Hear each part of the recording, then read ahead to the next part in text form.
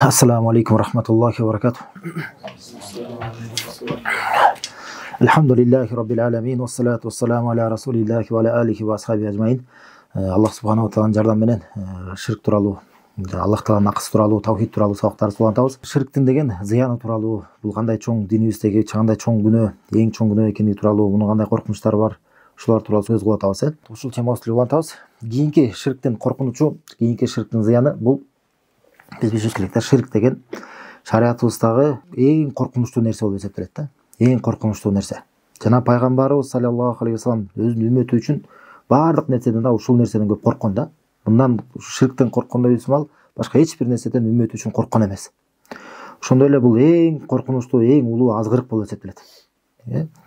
Анан буларга далил кайсы? Биринчиден пайгамбар саллаллаху алейхи вассалам Имам Ахмадта келген хадисте айткан: "Ахфафу ма ахафу алейкум аш-ширкул асгар" деген. Мен силер үчүн эң чоң корко турган нерсе дейт.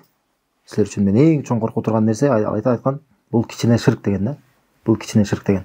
Жана андан сураганда фасуила анху дейт. Анан ал эмне деп сураганда факавала аррия деген да. Бул эл көрсүн деп ибадаттарды аткаруу деген да.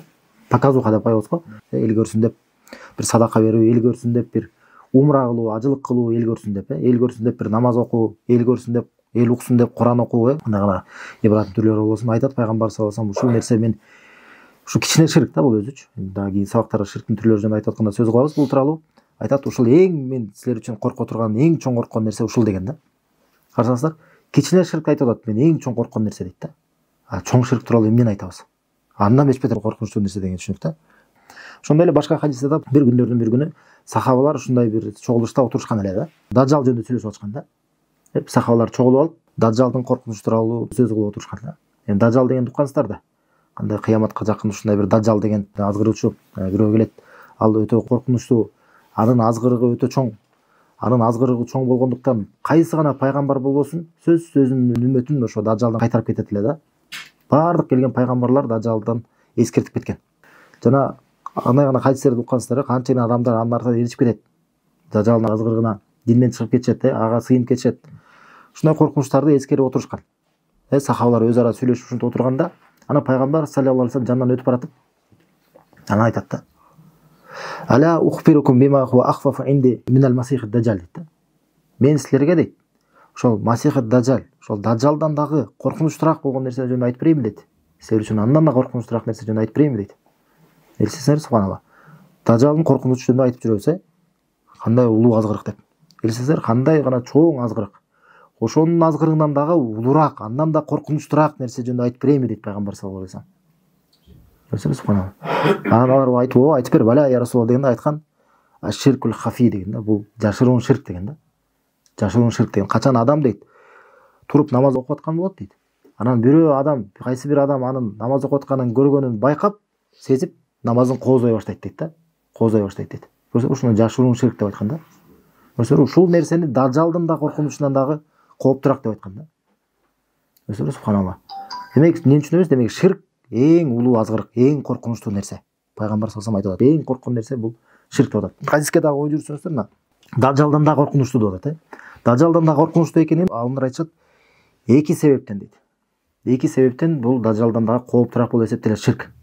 Неге? Биринчиден, даджалдын коркунучу бул акырет менен чектелген да. Бизде даджал деген кыяматка чакын эле келет турабы? Ага чейин Аллах Таала өзү билет да, биз ага чейин барбызбы, жокпузбу турабы? Субханалла. Өзүбүзгө аны каалабашыбыз керек. Кээ бирлер бар да, даджал келсе кандай болот эле, кыямат келсе азгырыктар болсо кандай болот деп эңсегендер бар да. Бул адам эч качан өзүнө андай нерсени каалабаш керек. Адам өзүнө деген жакшылыкты, аманчылыкты тилеш керек. Биз билбейбиз, ошол убакыт келген болсо биз өзүбүздү кандай алып жүрө алабыз. Биз ошол сыноолордон өтөбүзбү, өтпөйбүз.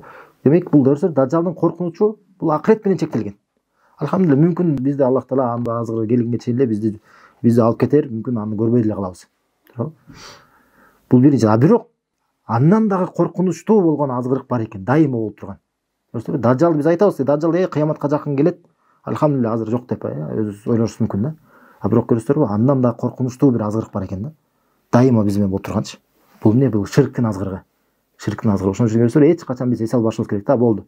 Эч кандай фитна жок, эч кандай азгырык жок деп ойлобошубуз керек. Болду, мен мусулман болгондон кийин болду, мен бейишке кирдим дегенде эч качан ойлобошубуз керек да. Сөзсүз түрдө бу жакта эмне азгырыктар боло берет да. Ошондо даджалдан да коркунучтуу азгырык дайыма биз менен болуп турат. Бул эмне? Ширктин азгырыгы. Бул бир жагынан көрсөтөрү эмне экен? Ширктин коркунучу дайыма. Азыр да болуп турат, дайыма болуп турат, көрсөтөрү. А дажалдын коркунучу акырет менен чектелген. Экинчи коркунучу, ширк эмнеге дажалдан да коркунучтураак? Анткени дажалдын коркунучу азгырыгы бул ачык болот, көрүнүктүү болот. Дажал келет дагы ачык келип чакырат. Аны альхамдулилля момундар, чыныгы момун мусулмандар, пайгамбар саллаллаху алейхи вассалам жолун кармагандар, сүннөттү кармагандар, хадисти кармагандар аны таанып биле алышат. Ошого каршы чыккан бала тууралуу келип туруп, сен ошол дажалсың, сен тууралуу бизге пайгамбар айтып берген деп таанып алат анычы. Өсөр пайгамбар айтып берген деп айтат анычы. Демек ал кайдан билет пайгамбар айтканын? Ал хадистен билет да. Ал далилди кармаган адам болот. Өсөр ар бир мусулман далилди карманып, хадис карманып жүргөн болсо, ушинтип азгырыктан сакталып калат. Кантип келип туруп дажалга айтат. Сен тууралуу биз хадистерди окуганбыз. Пайгамбар саллаллаху алейхи вассалам сен тууралуу айтып берген. Ал айтат, акыретке жакын жашаган адам пайгамбардын айтып бергенин кайдан угат? Хадистер аркылуу. Өсөр хадистер аркылуу да эмне пайгамбарга жолукту эле. Өсөр ар бир далилди карманып, хадистерге бекем болуп, сүннөттү карманып бекем болуп жүргөн адам дагы сак боло алат. Таанып биле алат. Аны азгырык анык келет. А бирок ширктин коркунучу аны деген адам деген билбейт. Сырттан караганда билинбейт. Өсөр сырттан караса адам деген бир адам намаз окуп аткан болушу мүмкүн, садака берип аткан болушу мүмкүн, Куран окуп аткан болушу мүмкүн. Өсөр бир илим алып жүрүшү мүмкүн, илим таратып аткан болушу мүмкүн. А бирок эгер ниети бузулгандыктан, Аллахта болгон нерсени каалабай, Аллахтын жүзү үчүн умтулбай, ыхластуулук болбогондуктан, ошол жакшылык кылып аткан иши менен адам ширк кылып аткан болушу мүмкүн. Ошол себептен дагы бул ширктин азгырыгы дажалдан да коркунучтуу болуп эсептелет. Аллах таала баарыбызды мындан сактаган болсун.